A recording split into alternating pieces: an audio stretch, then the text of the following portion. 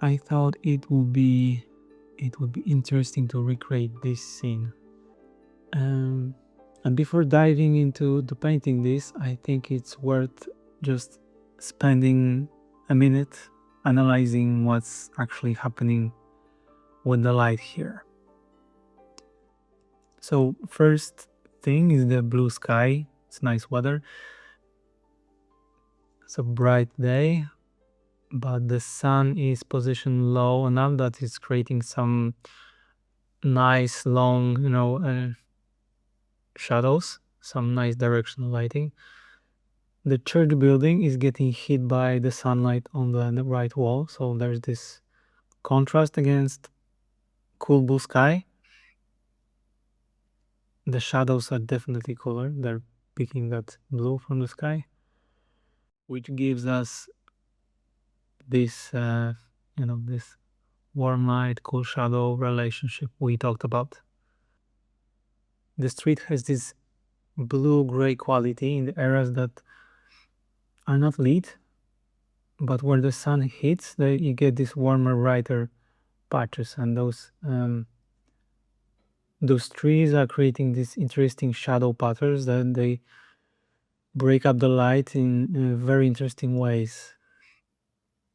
I started with the background color of the sky, which is very blue, and the next thing is the main shapes and figuring out what color to start with. I decided it would be the easiest to start with light blue and blue in general as initial color. And with this color, I will start to build values and slowly introduce other colors into the picture. And this is the thing I like doing.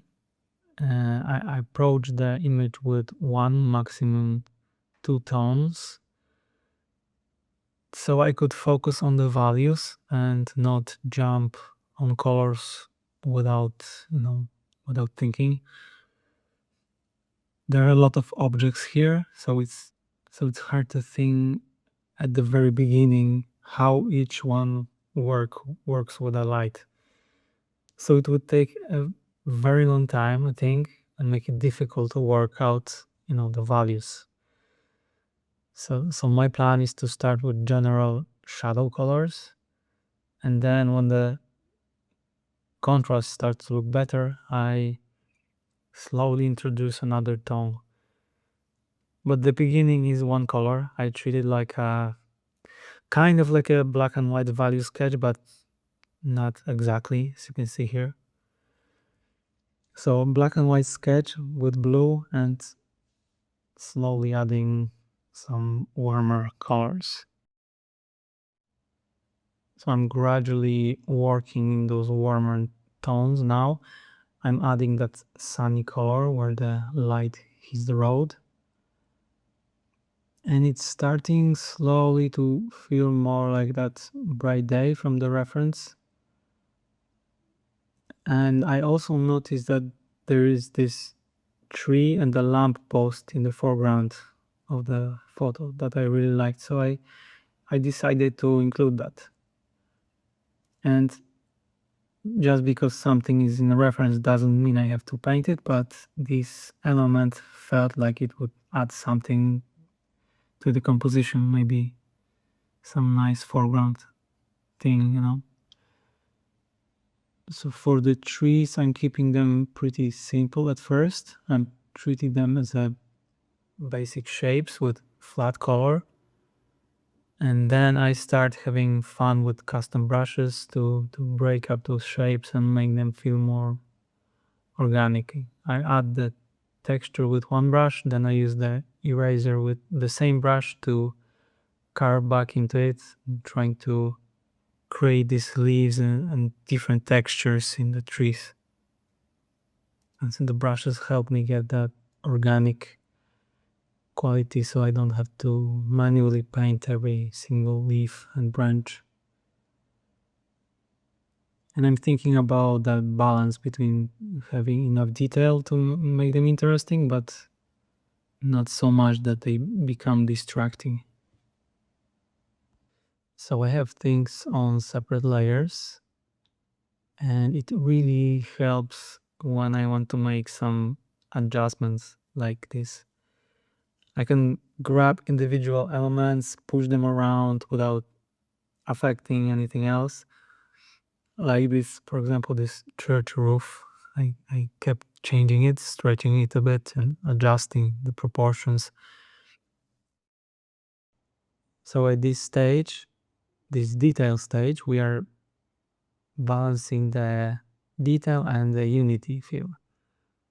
And there is this order that we need to have in mind here. This is the first element is this guy waiting for the bus, so he should stay where he is and have the same feel.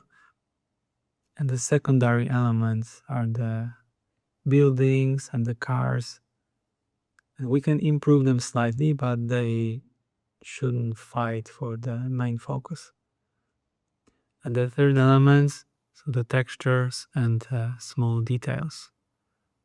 So we should think about that, and we should also keep the temperature locked in all the shadows and lead parts. It's a very important thing. So the shadows are cool, so we have to keep them cool even if we add detail. And if the highlights are warm, we have to keep the warmth in smaller shapes and details. So this is where you either make the picture better, or you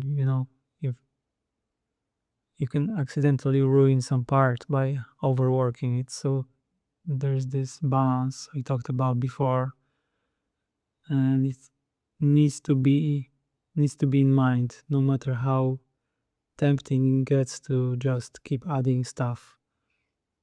The guy waiting at the bus stop, he's the primary focal point. He should have the strongest contrast, the clearest silhouette, and nothing I add from here should compete with the contrast he has. So there are some secondary elements, the buildings, the parked cars, the major architectural elements. These can definitely have some changes, but they need to still be a secondary part. I might add some window details, the church, refine the car reflections a bit, but not too much. And there are third elements, which are the details, surface textures, small environmental touches, atmospheric element that add richness without grabbing attention. Maybe some texture in the asphalt, some subtle variations in the buildings, little details that don't scream for attention but are a nice addition when you look closer.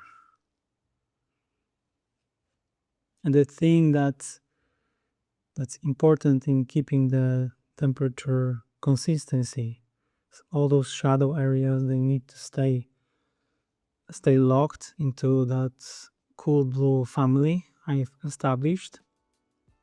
And all the lead area, they should keep their warm character.